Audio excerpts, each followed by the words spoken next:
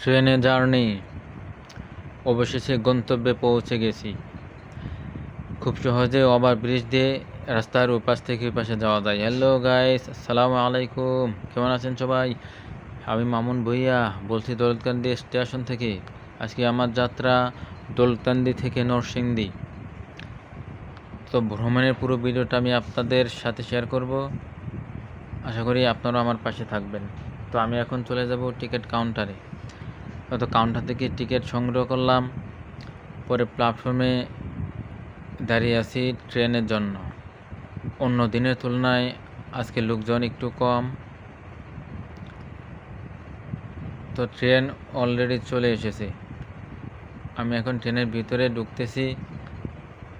তো ভিতরে ঢোকার রাইট সাইডে একটি সিট দেখতে পেলাম, বাস বসে পড়েছি। ট্রেনটি ঢাকার উদ্দেশ্যে ছেড়ে দিয়েছে। অলরেডি নরসিংদী স্টেশনে এসে পড়েছি। আমি এখন নেমে পড়ব। বাস নেমে পড়লাম।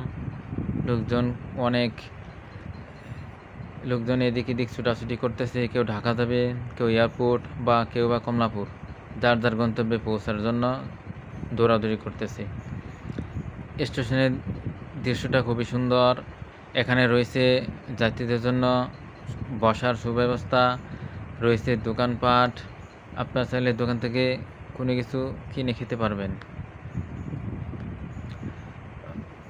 আবার ব্রিজ দেওয়া হয়েছে যাত্রীদের এই পাশ থেকে ওই পাশে যাওয়ার জন্য। এখানে দুটি প্ল্যাটফর্ম রয়েছে। এক নম্বর লাইনে চট্টগ্রাম থেকে ছেড়ে আসা ট্রেন এখানে ওয়েট করে। 2 নম্বর প্ল্যাটফর্ম ঢাকা থেকে ছেড়ে আসা ট্রেন 2 নম্বর লাইনে ওয়েট করে যাত্রীদের জন্য। রয়েছে বসার ব্যবস্থা। 2 নম্বর গেট দিয়ে প্রবেশ করলাম।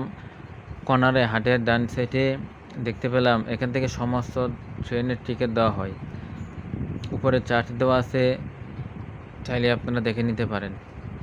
পিছনে রয়েছে সেন্ট স্টেশন। এখান থেকে রায়পুরা, আশিননগর রেলগেট, বাজার, যার যেখানে ইচ্ছে যেতে পারবেন।